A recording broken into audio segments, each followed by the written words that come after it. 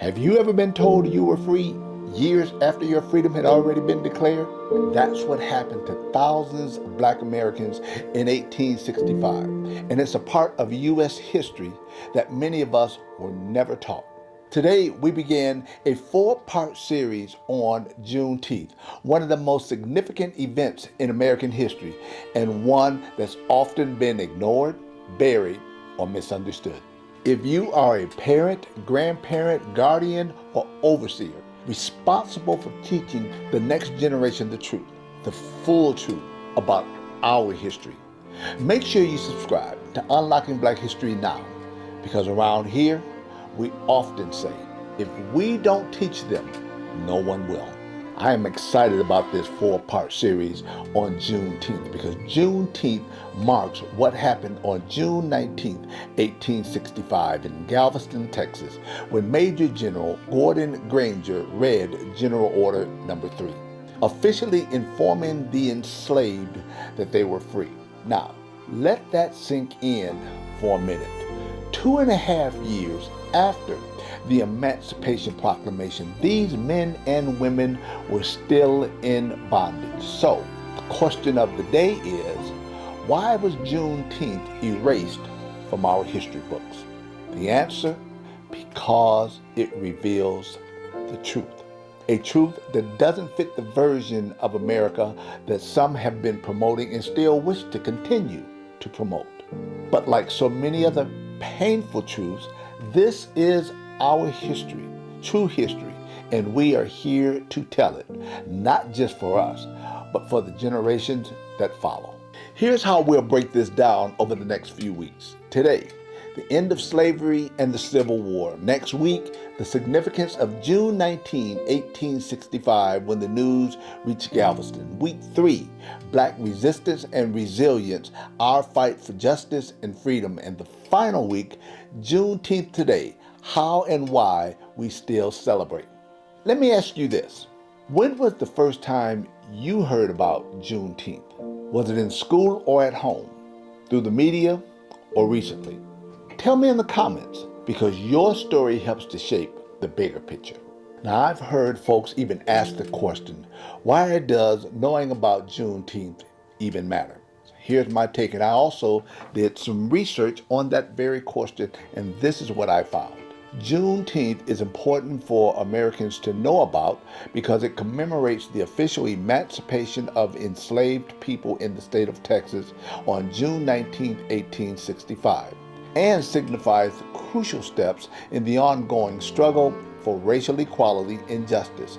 By understanding this event, Americans can better grasp the complexities of American history, the enduring legacy of slavery, and the ongoing fight for full equality.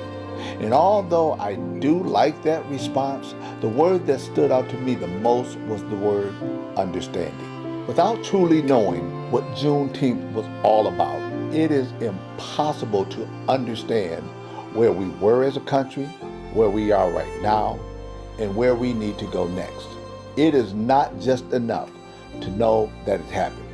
It's not just enough to realize that it was significant. We have to look at what Juneteenth revealed, and then take a look at what we are seeing today. Because if we're honest, and history forces us to be, American history continues the course of hiding the parts that make people uncomfortable. We don't just learn history to remember it.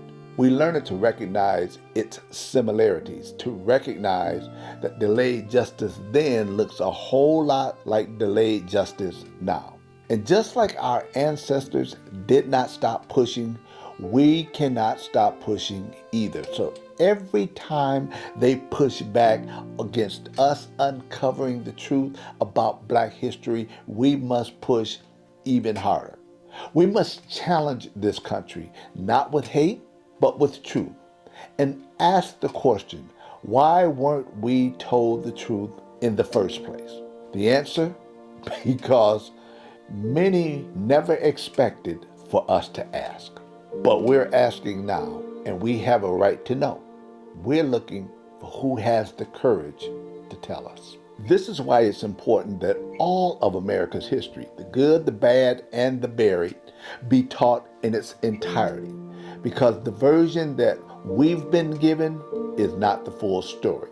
And if we want to understand this nation and work towards a more perfect union, we cannot continue to adopt the narrative that she's been providing.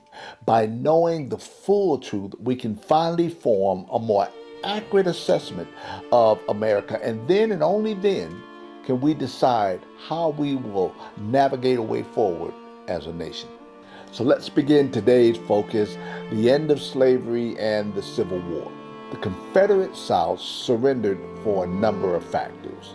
1, they had suffered significant military defeat. 2, their resources were dwindling. And 3, the overwhelming strength of the Union Army.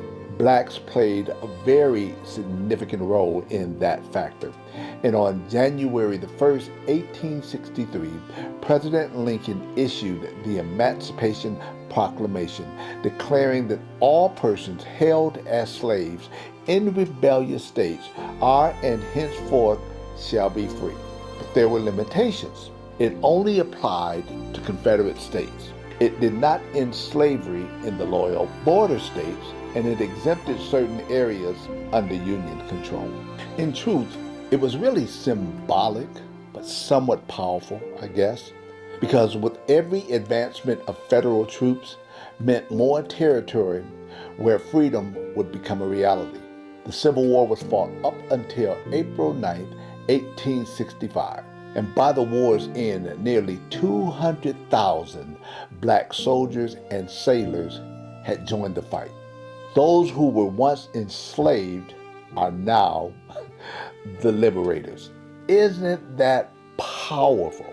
No matter how you look at it, that's just one more example that demonstrates how a war could not be won without us. I'm going to share with you a personal experience that I had. On June 19th, 2015, I had the unique honor of being the keynote speaker at the Department of Veterans Affairs Juneteenth celebration in Seattle, Washington. The room was full, but before I spoke, the host asked the crowd, "Who's ever heard of Juneteenth? Who learned about it in school? And who's learning about it for the first time today?" I'll never forget that feeling. Less than half the room was even familiar with Juneteenth. About a quarter of the room had never heard of it at all.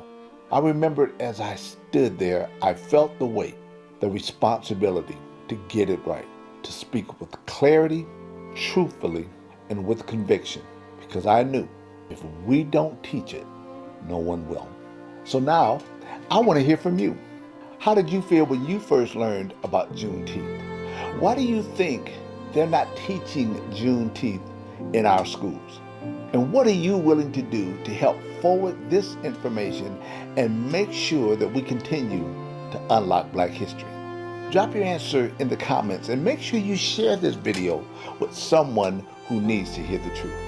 Hey, if you want to go deeper, I highly recommend the book, The Negro in the American Revolution by William Wells Brown. It's available right now in our curated Black History book library. You can find it through the Amazon storefront. The link is in the description below. And don't forget, we're having deeper conversations, sharing even more resources inside our private Facebook group. Join us there. That's where real history lives. Hey, subscribe to Unlocking Black History, share this video with a friend, comment your thoughts, and keep fighting to unlock what's been erased. We're just getting started. I'll see you next week for part 2. Take care.